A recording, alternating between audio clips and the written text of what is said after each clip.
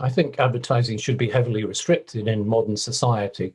The point of advertising, in my judgment, is to make people feel dissatisfied with their lives. Serendipitously, as I have to give a little talk today on advertising, today my new copy of The Economist arrived, so I thought I'd look inside. The very first page, the inner page, is an advertisement for Rolex wristwatches for men.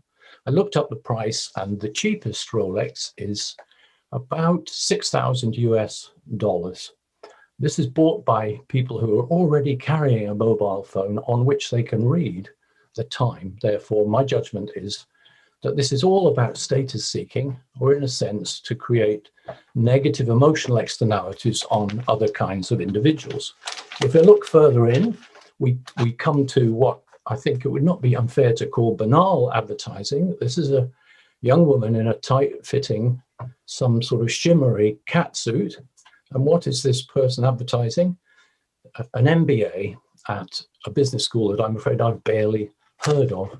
Then if we turn to the very back page of the brand new Economist, it may be sitting on your desk too, then we get this rather attractive picture of young children running into the ocean, enjoying themselves.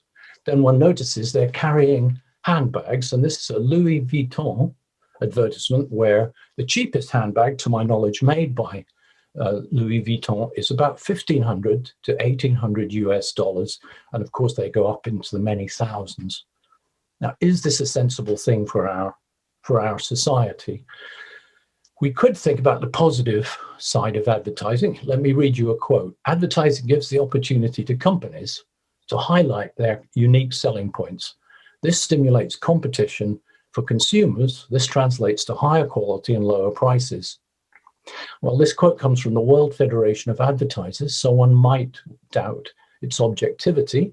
I prefer the quote from someone called Will Rogers, an actor and comedian. Advertising is the art of convincing people to spend money that they do not have to buy things that they do not need.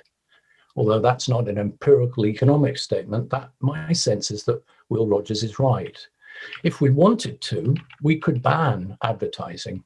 We do so in certain cases for smoking, unhealthy food for children, and so on.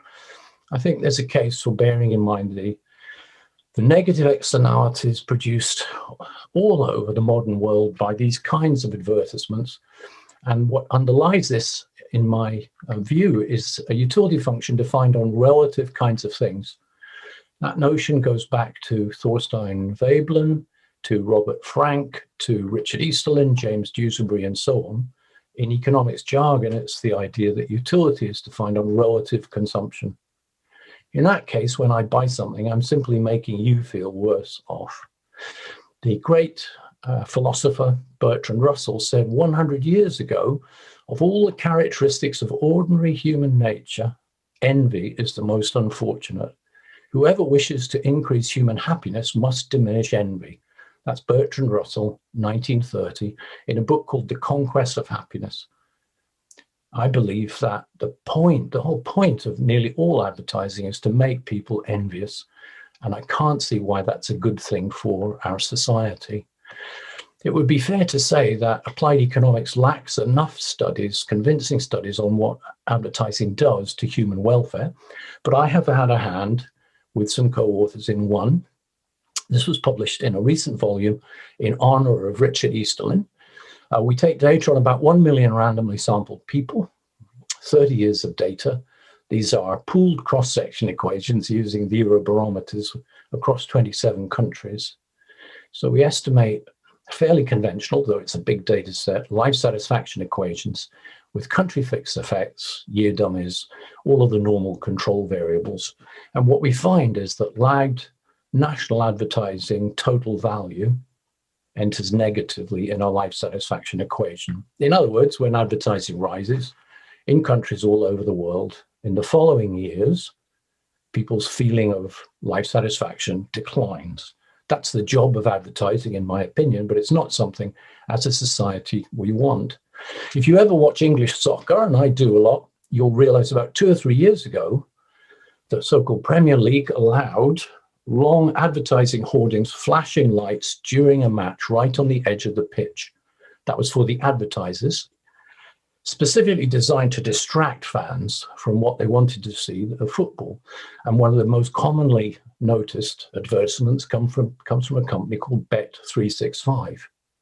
You may want to know that last week, the Financial Times reported that the CEO of Bet365 this year will pay herself approximately $600 million this year in salary.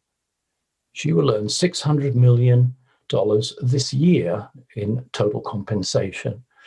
Is that what we want in society? Is that what advertisements are leading us to?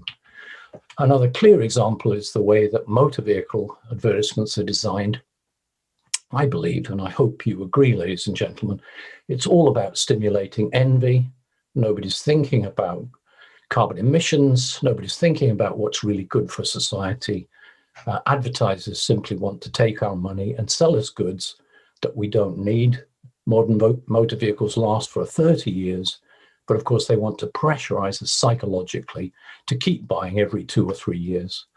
If you're interested in brain science, I would strongly recommend a paper in the Journal of Public Economics in 2011 by Thomas Doman and co-authors, where they show that you can actually see envy, relative comparisons in the brain. The point of advertising, as I said at the beginning, in my opinion, is to make people dissatisfied with their lives. And I'm afraid I don't see why we tolerate that in modern society. Thank you for listening.